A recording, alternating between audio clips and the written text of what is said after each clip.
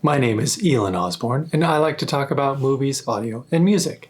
And over the 4th of July weekend, my family and I went and stayed at my brother-in-law's cabin. We had a wonderful time going on a couple hikes, checking out a street fair and 4th of July parade. My kids weren't glued to their mobile devices all day. It was great. But once the kiddos went to bed, my wife and I would catch up on TV shows, as most couples do nowadays. And in this cabin, there is a decent 65-inch Vizio TV mounted on the wall in the living room.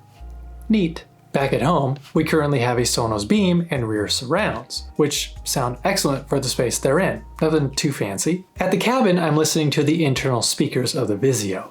It had been quite some time since I had listened to built-in TV speakers, so let me tell you about that experience. How do they sound?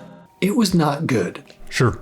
No offense to my brother-in-law, he rents out this cabin as an Airbnb, so there is no reason to have anything too expensive in it, or else it might get stolen. It's just the times we live in, folks. But as we were watching The Orville, Star Trek Strange New Worlds, The Boys, Seinfeld, it quickly dawned on me why TV speakers suck so bad. And I can sum it up in one word: depth. I even asked my wife if she noticed, but of course she said she didn't. But to my ears, all the audio, dialogue, sound effects, music were all on the same plane, hitting my ears all at once. In some quieter scenes of the Orville in particular, the hum of the ship was so noticeable because it was the same volume as the dialogue and everything else. It's supposed to be ambient noise, so it should sit further back in the mix, not front and center with everything else. And it was the same for the music. During action scenes of Star Trek, the music was so overbearing, being the same volume as everything else, hitting my eardrums like a freight train.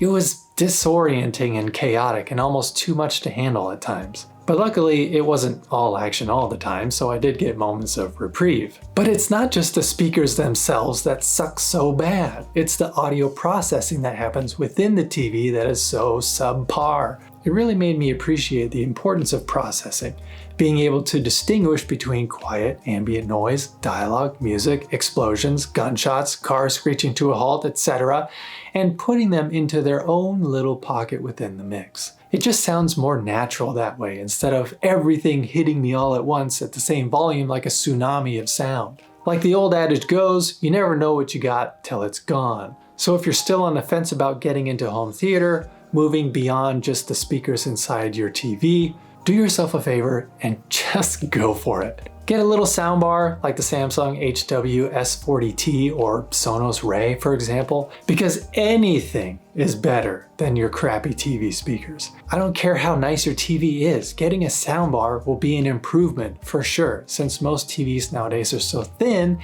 that they shoot audio straight down, not forward. Lame sauce.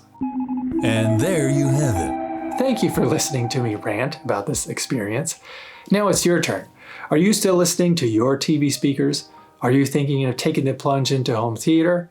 Not sure where to go or what to look for? I do have plenty of topics, product reviews, and more, so feel free to browse my content if you need more answers to your questions. As always, please be kind to each other out there. Don't just watch TV and movies, experience them. And of course, always be listening.